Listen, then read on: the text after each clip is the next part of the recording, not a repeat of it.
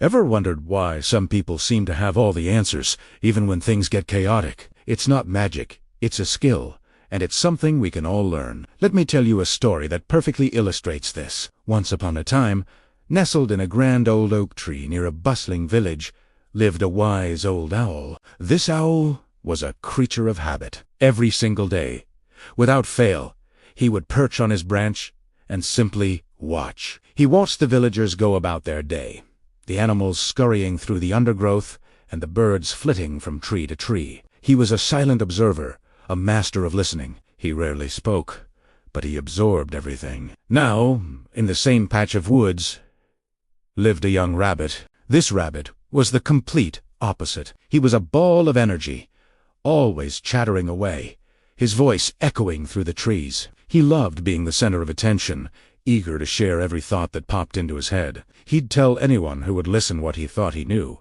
and often he'd speak on things he didn't really understand at all. He just loved the sound of his own voice. One bright morning, the rabbit, full of his usual zest, hopped up to the oak tree and looked up at the owl. "Mr. Owl," he chirped, "why are you always so quiet? Don't you have anything interesting to say?" The old owl slowly blinked his large, round eyes, a gentle smile forming on his beak. He looked down at the fidgeting rabbit and replied softly, "Because, my young friend, I find I learn far more by listening than I ever could by speaking."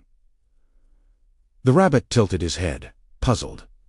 This didn't make any sense to him. How could you learn if you weren't talking and asking questions and telling everyone your ideas? He just shrugged, thanked the owl, and went right back to his noisy, talkative ways, convinced that being loud was the way to be known and respected. Meanwhile, the wise old owl continued his silent study. Day after day, he listened to the rustle of leaves, which told him where the deer were grazing. He watched the patterns of the bees, learning where the sweetest flowers bloomed. He heard the faint whispers of the wind, which warned of coming storms. He observed which paths were frequently used by predators and which were safe passages for smaller creatures. He noticed which animals were trustworthy friends and which were best avoided. His silence wasn't empty. It was filled with learning, with deep, thoughtful observation. His mind became a rich map of the forest and its secrets. Then, one dry, hot afternoon, the unthinkable happened. A flicker of orange in the distance quickly grew into a roaring wildfire. Smoke billowed into the sky, and panic swept through the forest like the fire itself. Animals darted in every direction, their cries of fear filling the air. The young rabbit, caught in the chaos, was terrified. He ran around in circles, shouting and chattering nonsensically. But his noise was useless. He had no idea which way led to safety. All his talking had taught him nothing about survival. Just as despair began to set in, a calm, steady voice cut through the noise. It was the wise old owl. From his high perch, he could see the patterns of the fire and remembered the safe routes he had so carefully observed. This way.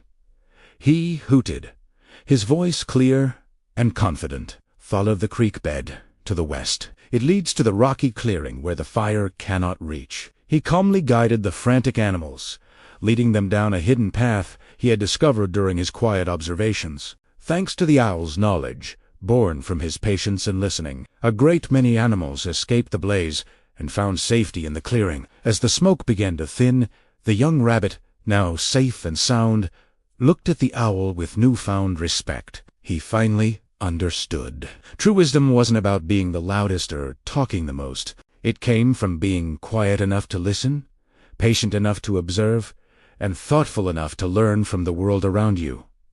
The moral of this story is simple yet profound. We often feel the need to fill every silence, to voice every opinion. But there is immense power in listening. By listening more and speaking less, we open ourselves up to a world of knowledge. Observation and patience are the true building blocks of wisdom. So next time you're in a conversation or just experiencing the world, try being the owl. Listen, watch, and see what you can learn.